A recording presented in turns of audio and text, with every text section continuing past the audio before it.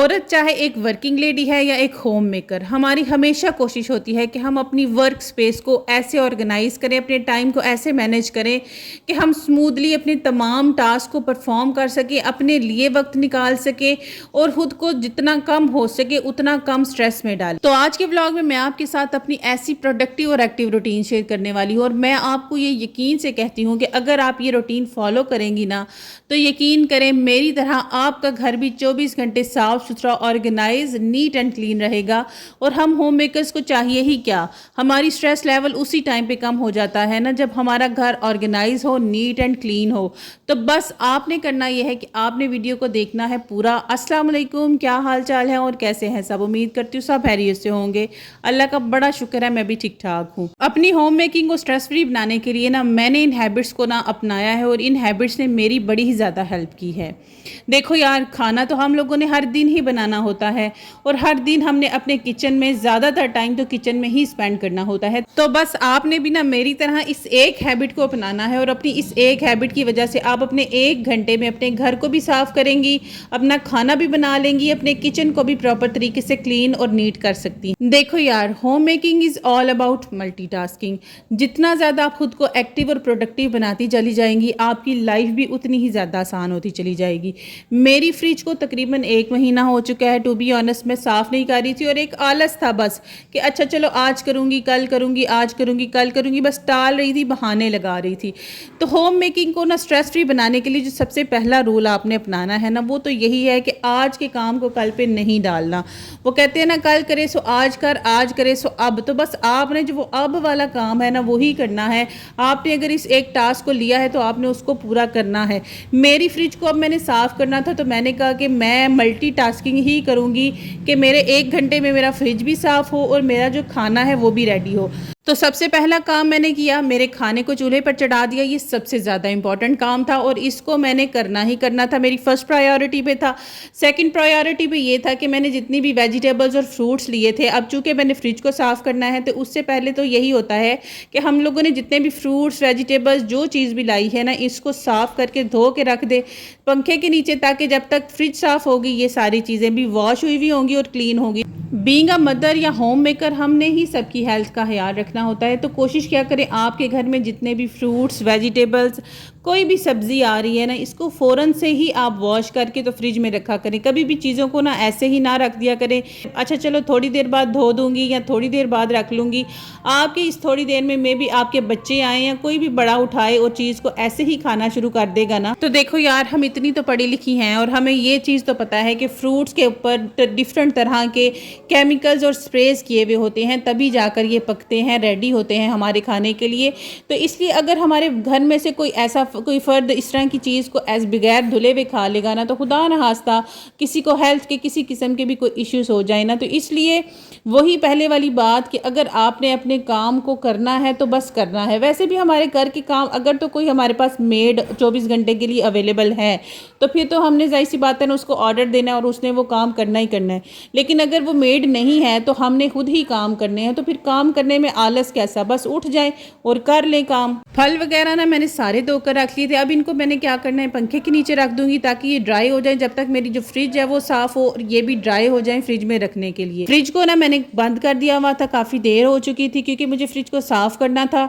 और ना मौसम ऐसा है कि वैसे भी अगर लाइट चली जाती है ना तो आपने भी नोट किया होगा कि अगर 1 घंटा 2 घंटा फ्रिज बंद रही है तो चीज़ें भी ना मॉइस्चर छोड़ने लग जाती हैं, चीज़ों के ऊपर भी जो पानी के ड्रॉप्स हैं वो गिरती हैं और वो फ्रिज में जब गिरते हैं ना तो इस वजह से भी फ्रिज गंदी हो जाती है।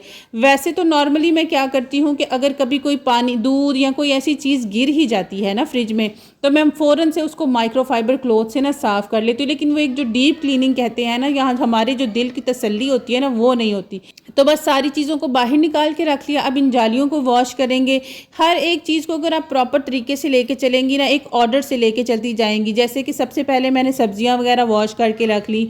अब नेक्स्ट काम मैं ये करूँगी कि मैं इन तमाम जालियों को धोकर रख लूँगी ताकि जब तक मैं फ्रिज को अंदर से साफ़ करूँ तब तक जालियाँ, फ्रूट सब कुछ साफ़ सुथरा हुआ हुआ हो, ड्राई हुआ हुआ हो, कि मुझे एक सेपरेट ना मेहनत ना करनी पड़े इन सब चीज़ों को दोबारा से माइक्रोफाइबर कपड़ा लूँ और इनको साफ़ करूँ। बस इनको धो के पंखे के नीचे रख दूँगी और जब तक मैं अपनी फ्रिज साफ़ करूँगी ये चीज़ें भी प्रॉपर तरीके से ना ड्राई हुई भी होंगी। हर बंदे का ना चीज़ों को साफ़ करने का अपना अपना तरीका होता है। बाज़ लोग क्या करते हैं कि वो डिफरेंट तरह के होममेड सॉल्यूशंस बना लेते हैं, जैसे कि विनेगर हो गया, नमक और साथ में कॉस्टिक सोडा वगैरह डाल के चीज़ों को साफ़ कर लिया। बाज़ लोग क्या करते हैं कि बने बनाए सॉल्यूशंस बाज़ार से ले आते हैं और साफ़ करते हैं। मैं ना कभी भी इन चीज़ों की तरफ जाती नहीं, क्योंकि देखो जो लेमन मैक्स है जिससे हम बर्तन धोते हैं, हमारे बर्तनों पे भी तो तरह तरह के दाग, तरह तरह की चिकनाई की चीज़ें लगी हुई होती है, लेकिन लेमन मैक्स उन चीज़ों को साफ़ कर देता है ना। तो फिर डिफरेंट तरह की चीज़ें अपनाना, डिफरेंट तरह की चीज़ें यूज़ करना कि जी इससे जर्म्स निकल जाएंगे। अगर लेमन मैक्स बर्तनों के जर्म्स नहीं निकालता तो फिर हम लेमन मैक्स से अपने बर्तन क्यों धोते हैं? ये बात का मुझे कोई बता दे। तो मैं तो खैर कोई डिफरेंट तरह के सॉल्यूशंस कोई नहीं बनाती हूँ फ्रिज को साफ़ करने के लिए, ओवन को साफ़ करने के लिए। मेरी कोशिश यही होती है कि मैं लेमन मैक्स लूँ और इसी के साथ अपने घर के, अपने किचन के या बाकी कोई भी अगर मुझे क्लीनिंग किसी किस्म की करनी है ना तो मैं बस इसी से करूँ। तो बस मैंने ना लेमन मैक्स के साथ ही अपनी तमाम की तमाम जालियों को ना वॉश कर लिया। अब इसी लेमन मैक्स के साथ ही मैं अपनी फ्रिज को भी साफ़ करूँगी, अंदर से बाहर से डोर को हर जगह से ना मैंने इसके साथ ही इसको साफ़ करना है। और जब आप फ्रिज साफ़ कर रही हो ना तो कोशिश क्या करें, जो इसका ये रबड़ है ना देखिए कितना गंदा हुआ है, इसको भी ना आप लाजमी अपना, चाहे आप टूथब्रश ले लें उससे साफ़ कर लें। अगर आप अपना जाली वाला कपड़ा मार रही हैं, कोई भी चीज़ से आप इसकी सफाई करने लगी ना तो इस रबड़ को भी ज़रूर साफ़ किया करें, क्योंकि ये भी हमारे इसमें भी डेरोडेट जर्म्स होते हैं जो लगे हुए होते हैं ना।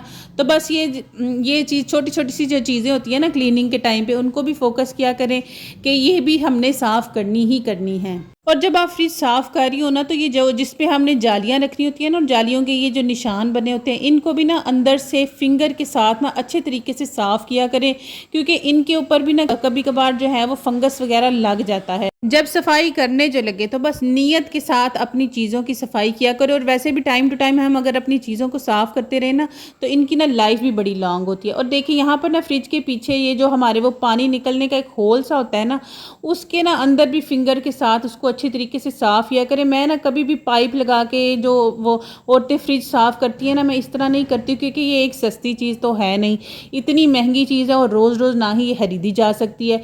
इसलिए मैं तो बड़े ही एहतियात के साथ अपनी चीज़ को ना साफ़ करती हूँ। कोशिश किया करें आप भी ना एहतियात के साथ चीज़ों को साफ़ किया करें।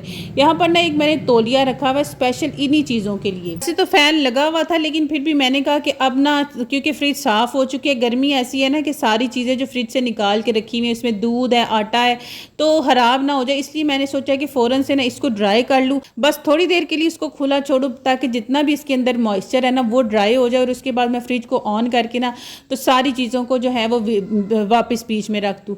तो यकीन करें अब सारा फ्रिज साफ़ कर लेने के बाद अब मैंने अपने कुकर को खोला है और अभी भी स्टिल देखिए इसमें पानी है, और मैंने कहा कि अब मैं एक दफ़ा चेक कर ही लूँ, ये ना हो मेरी हंडियाँ नीचे लग जाए। तो अब आ जाती है जी फ्रिज की क्लीनिंग के बाद असेंबलिंग की बारी। ये मैंने अपनी लास्ट वीडियो में भी बताया था कि मेरे पास KFC के ना बड़े पुराने बैग्स पड़े हुए हैं। हम औरतों की आदत होती है ना, पॉली बैग कोई भी आ जाए हमारे पास तो हमने इसको संभाल के रखना है। तो बस इसको भी ना मैंने काट के ना तो अपने उस डब्बे के साइज़ के मुताबिक जो है वो मैंने कर लिया कि इसके अंदर फिक्स आ जाए, और इसमें ना चीज़ें हमारी जो है वो काफ़ी देर तक जो है वो फ्रेश रहती हैं, ठीक रहती है, क्योंकि जितना भी मॉइस्चर होता है ना चीज़ के अंदर ये अपने अंदर एब्जॉर्ब कर लेते हैं और चीज़ बिल्कुल ठीक रहती है। इस तरह के पेपर बैग अगर आपके पास भी पड़े हुए हैं ना तो इनको ना इस तरह से यूज़ कर लिया करें। मैंने अपनी लास्ट वीडियो में दिखाया था, इसके साथ एक ऑर्गेनाइज़र बनाया था जिसमें मैंने अपने किचन के ना काफ़ी सारे पोने स्टोर किए थे। तो ये छोटी छोटी सी जो ऑर्गेनाइज़र्स होते हैं ना ये भी हमारे बड़े काम आ जाते हैं। और ये वाला खास तौर पे जो पेपर बैग है ये तो बड़े ही काम का है, फ्रिज को ऑर्गेनाइज़ करने के लिए ये बड़ा काम आता है। इस इतने बड़े डब्बे के अंदर जब हमने पार्टीशन बनानी हो ना तो इससे फिर इससे अच्छी तरीके से ना पार्टीशन बन जाती है और दो तरह की चीज़ें सेपरेटली भी रहती हैं और एक ही डब्बे के अंदर भी रहती हैं। और ये छोटी छोटी सी ही चीज़ें हमारी मल्टीटास्किंग में आ जाती हैं, हमारी मैनेजमेंट में आ जाती हैं कि हमारे अंदर कितना स्किल है, हम अपनी चीज़ों को कैसे मैनेज करके लेकर चलती हैं। तो फिर क्या कहती हैं, हुई ना मल्टीटास्किंग से मेरी लाइफ आसान और स्ट्रेस फ्री, कि कैसे मैंने 1 घंटे के अंदर अपनी फ्रिज को साफ़ भी किया और अपने खाने को भी बना लिया। तो बस आपने भी ना अपनी लाइफ को इसी तरह से आसान बनाना है। हर दिन छोटी छोटी सी चीज़ें अपनी लाइफ में ऐड किया करें, छोटे छोटे से ट्रिक्स यूज़ करती रहा करें करें। और हमारे अंदर ये जो छोटी छोटी सी हैबिट्स होती है ना, ये हमारे अंदर ऐसे ही नहीं आती। हम बचपन से लेकर अपनी जवानी तक अपनी माओ को देखती चली आती है कि वो कैसे तमाम घर को मैनेज करती हैं। उस टाइम पे तो इतनी ज़्यादा फैसिलिटीज़ भी नहीं हुआ करती थी, फिर भी वो क्या पूरा घर उनका साफ़ सुथरा हुआ करता था। और पहले ज़माने में तो औरतें पता है मट्टी आग जलाकर रोटी बनाया करती थी, तो वो अपने जो बर्तन हुआ करते थे ना, उनके ऊपर भी मट्टी की एक लई सी लगा के उनको कैसे चमका चमका कर रखती थी। तो ये सारी चीज़ें ना हमारे अंदर, ये मल्टीटास्किंग, ये हमारे अंदर जितने भी स्किल्स होते हैं ना क्लीनिंग के, हमारी माओ को ही देख के हमारे अंदर आए हुए होते हैं।